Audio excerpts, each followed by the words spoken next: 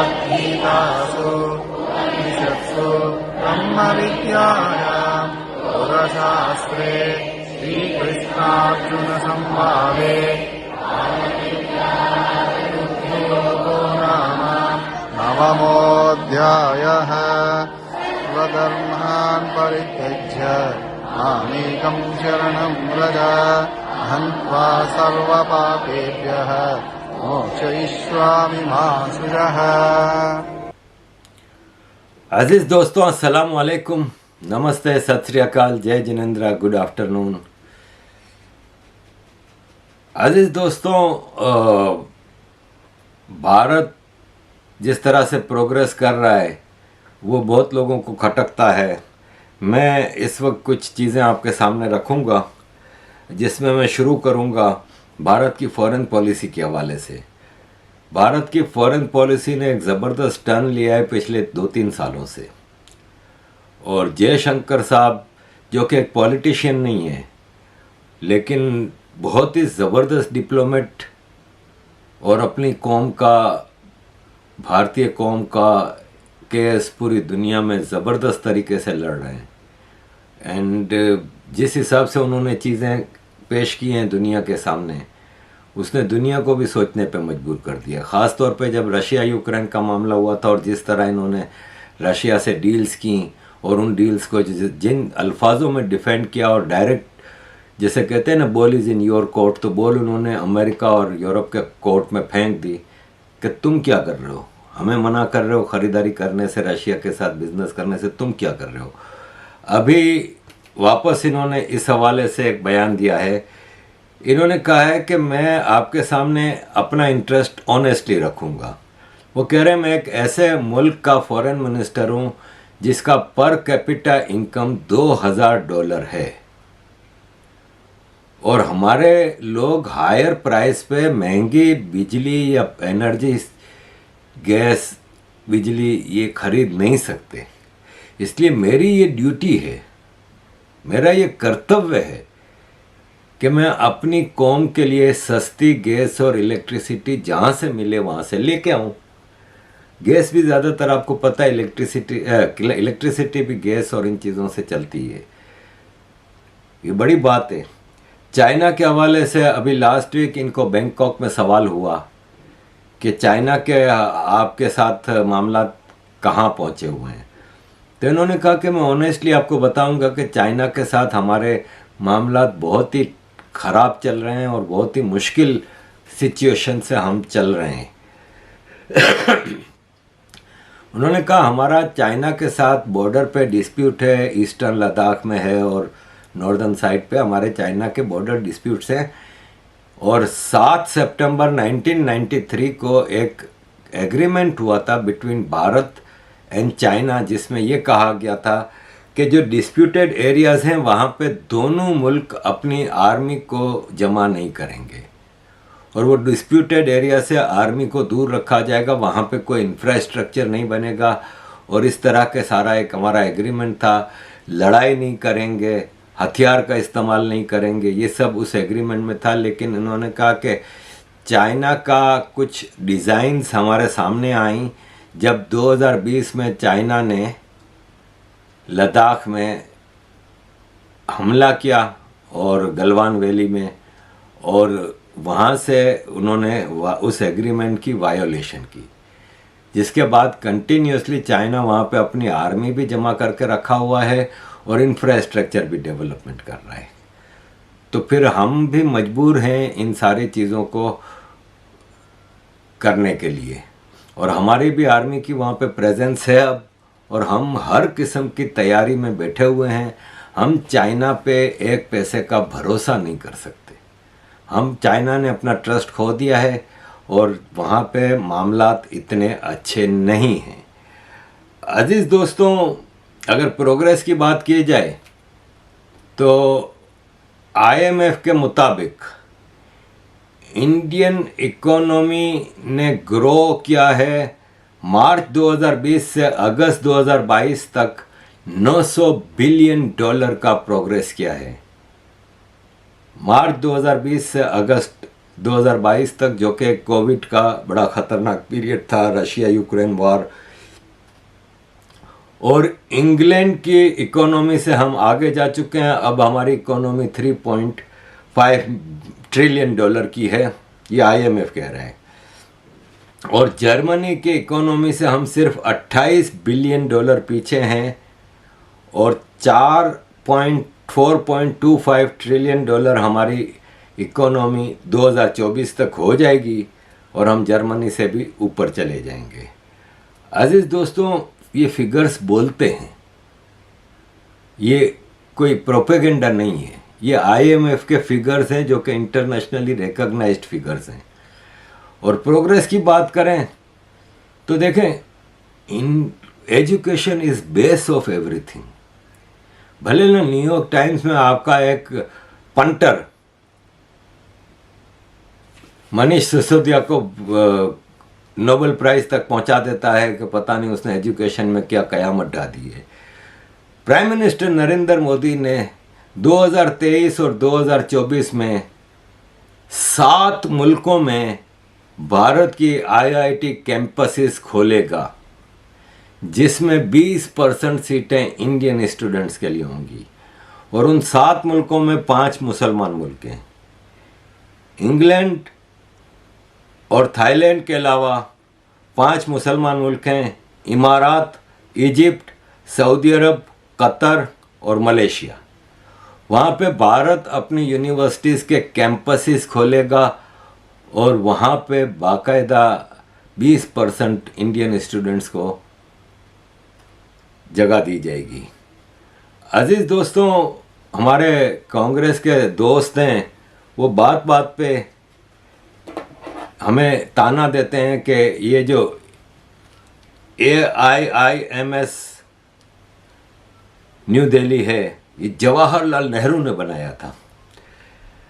अब आप ये देखें कि जवाहरलाल नेहरू 17 साल प्राइम मिनिस्टर रहे, इंदिरा गांधी 16 साल प्राइम मिनिस्टर रहे, और सिर्फ इन दोनों पीरियड्स में 33 साल में एक AIIMS दिया गया भारत को।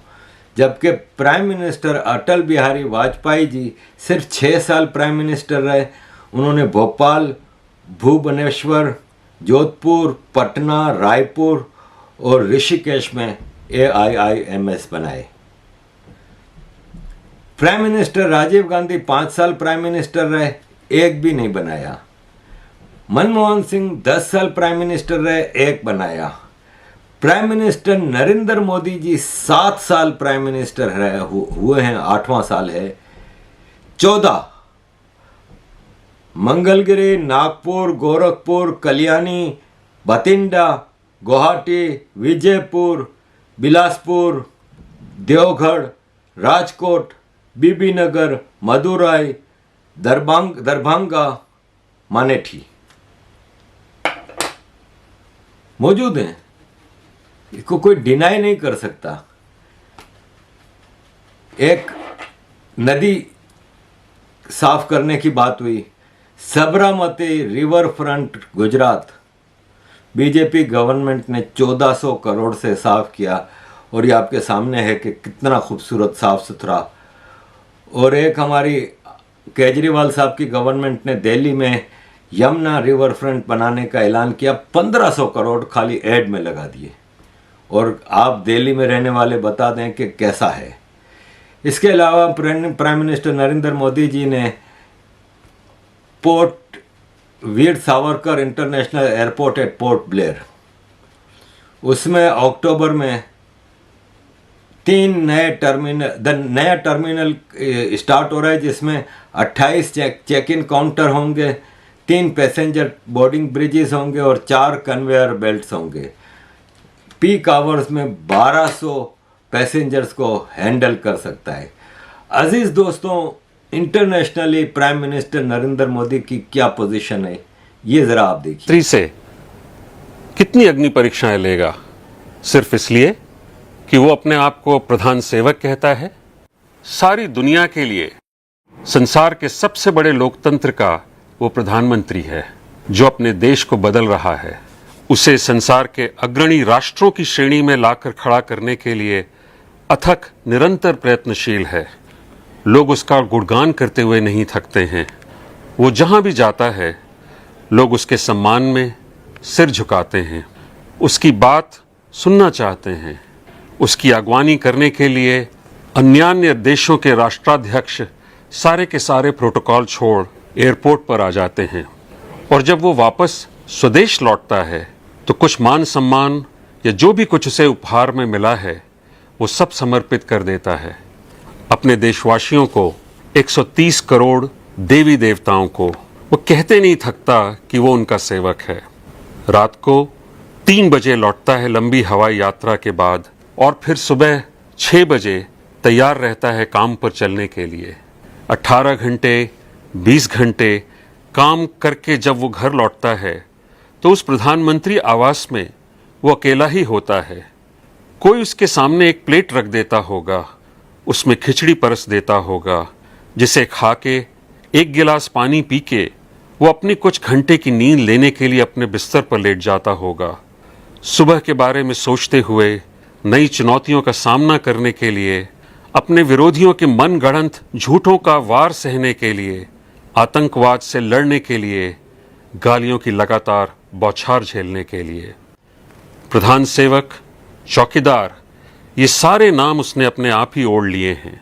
उसे पता था कि अगर गलती से भी उसने अपने आप को इस देश का प्रधानमंत्री कह दिया तो पहाड़ टूट पड़ेगा।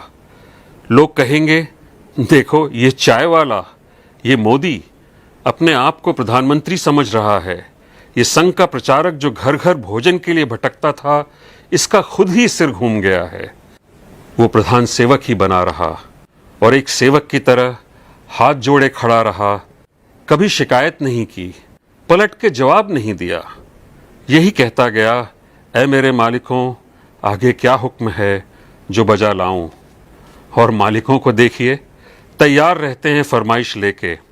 कभी मन में ये नहीं आता कि सेवक सोया कि नहीं, उसने कुछ खाया कि नहीं। वो जितनी लगन से भी अपनी ड्यूटी बजाए, शिकायतें थमने का नाम ही नहीं लेती। उल्टा इस देश के निठल्ले, खानदानी बेईमान, लंपट, भ्रष्ट और राजनीति में अभी अभी जन्मे छिछोरे राजनीतिज्ञ भी कहते हैं कि चौकीदार चोर है। उनके भाड़े के टट्टू तालियां बजाते हैं और देश ये तमाशा देखता है। छुटभइये लफ्फाज चुन चुन के गालियों की इजाद करते हैं हमारे प्रधान सेवक के लिए। उनके अनाप शनाप वक्तव्यों का सिलसिला थमने का नाम ही नहीं लेता।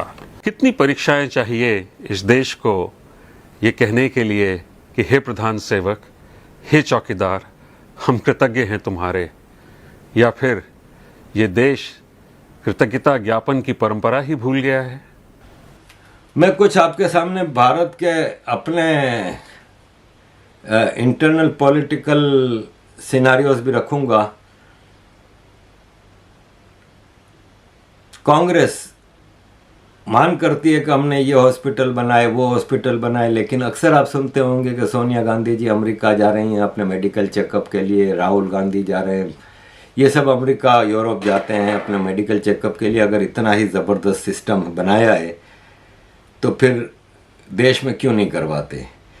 इसी तरह हमारे मनीष सिसोदिया जी कहते हैं कि world class health model Delhi में बनाया है हमने, जबकि हकीकत यह है कि मनीष सिसोदिया जी ने अपनी फैमिली के इलाज पे 22 लाख रुपए सरकार से लिए हैं।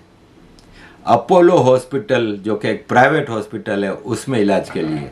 अगर इनके बनाए हुए हॉस्पिटल्स इतने अच्छे हैं तो फिर काय को उसमें नहीं हो रहा। इसी तरह एक बिहार में जो हुआ, ठीक है पॉलिटिक्स में ये सब चीज़ें मैनिपुलेशन चलता है, लेकिन आप क्वालिटी भी देखें। अब लालू प्रसाद यादव जी के बेटे, मुझे कोई एक समझदार आदमी भारत का ये कह दे कि हाँ वो क्वालिफाई करते हैं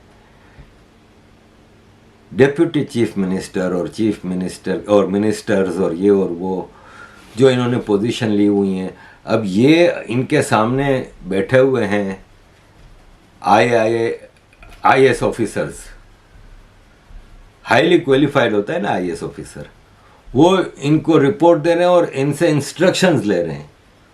नवी फैल हैं ये। इस वक्त बिहार में एक क्राइसिस आया है और बिहार में इस royal family, Yadav royal family है जो इनकी करप्शन से कौन वाकिफ नहीं है, ये सबको पता है। अजीज दोस्तों, मैं एक भारतीय नारी हैं, उनके बारे में आपको कुछ बताऊं कि ये सुधा मूर्ति जी हैं। ये बेंगलुरु में स्वामी राघवेंद्र मंदिर में 3 दिन हर साल किचन में बर्तन धोने का काम करती हैं और सब कुछ है। उनका अपना वो सब्ज़ी बेचती हैं और अपना सब काम छोड़ के वो खिदमत करने जाती हैं और वो कहती हैं कि ये ज़रूरी है कि आप दूसरों की खिदमत करें, मंदिरों की खिदमत करें, इससे आपके अंदर एक शक्ति आती है। अज़ीज़ दोस्तों, मैं आपको जाने से पहले एक छोटी सी वीडियो दिखाना चाहूँगा, बल्कि पहले मैं आपको ये 2 वीडियो एक साथ ही मैं लगाता हूँ, दोनों 1-1 मिनट की हैं और आप देखिएगा, मैं कुछ नहीं बोलूँगा। अरविंद केजरीवाल जी का कैरेक्टर आपके सामने है। वैसे सबको पता ही है कि किस कैलिबर का आदमी है, लेकिन बहरहाल फिर भी मैं आपके सामने रख रहा हूँ। थैंक यू वेरी मच अजीज़ दोस्तों for all your support. Keep supporting. जय हिंद। वर्ष 2018-19 के दौरान संशोधित अनुमान में पूरक मांग के तहत 17 करोड़ 38 लाख 173 करोड़ 79,982 करोड़ रुपए की पूरी कीचड़ भरा पानी आएगा। ये समस्या कई वक्त से चली आ रही है। अब आप कहेंगे आपने शिकायत की, जी मैंने शिकायत की। मैं शिकायत की बात नहीं कर रहा, मैं आपको बताता हूँ। देखिए, दिल्ली में हम जहाँ रह रहे हैं, मतलब जिस तरह की परिस्थितियों में रह रहे हैं, दिल्ली का अपना कोई पानी का सोर्स नहीं है, तो दिल्ली में कंट्रोल्ड वाटर सप्लाई तो करनी पड़ेगी। तो जिस वक्त पानी आता है उस वक्त आप अपनी मोटर चलाएंगे, आपको पानी साफ मिलेगा। जिस वक्त पानी नहीं आता है उस वक्त आप मोटर चलाएंगे तो वहाँ जो आसपास की सप्लाई है पानी के में, जो पाइप्स में थोड़ा बहुत बीच में कचरा होता है, धूल, थोड़ा नहीं सर, बहुत। हाँ, तो वो खिंच के बिल्कुल खिंच के आएगा। मोटर कोई तो सारा खींचेगी वो। आपका 1 किलो भी होगा, एक मैं ये नहीं कह रहा, पाइपलाइन है तो कचरा उसमें होगा, उसमें धूल होगी, नहीं, लेकिन एक हद तक की कहाँ कचरा धूल मानी जा सकती है। लेकिन जब आप मानिए, सप्लाई समय के बाद चलाएंगे तो फिजिक्स कहती है कि वो उसमें कचरा खिंच के आएगा। अगर आप खाली पाइप से, मतलब जिसमें हाफ थोड़ा पानी रुका हुआ है, उसमें पानी की मोटर पाइप लेकर चला दीजिए, तो वो जहाँ तक पाइप है वो पानी पाइप का खींच लेगा। उसके बाद पाइप का जो भी सप्लाई आगे है वो धूल मिट्टी होगी। आपने चुनाव के जरिए आपने चुनाव कराए वैक्सीन की बीमारी के दौरान आपने कुंभ कराया वैक्सीन की बीमारी। ऐसे व्यक्ति को तो भारत रत्न मिलना 2014 चाहिए। में आपने एक लिस्ट निकाली थी देश के सबसे करप्ट पॉलिटिशियंस की। 2014 की जो लिस्ट है उसमें Kapil Sibal, A Raja, Mayawati, Mulayam Singh, P Chidambaram, Suresh Kalmadi, Jagan M Reddy, Kamalnath, Sharad Pawar, Nitin Gadkari, Sushil Kumar Shinde, Veerappa Moily, Mulayam Singh, Pawan Bansal, Naveen Jindal, Sriprakash Jaiswal, Yeddyurappa, Anurag Thakur, Tarun Gogoi, Anu Tandon, Salman Khurshid, Avtar Singh Bhadana, G K Vasan, H D Kumaraswamy, M K Alagiri, Praful Patel, अनंत कुमार। ये लिस्ट आपकी थी। इनमें से ज्यादातर लोगों के साथ आजकल आप ऐसे खड़े होते हैं हाथ से हाथ मिला के। देश की मजबूरी है, बीजेपी को हराना जरूरी है। देश की मजबूरी है, करप्ट लोगों के साथ अरविंद केजरीवाल खड़े हों। करप्ट लोगों के साथ, जैसा मैंने कहा कि इस वक्त देश की मजबूरी है, कुछ भी करो लेकिन मोदी और अमित शाह की जोड़ी को हराना जरूरी है।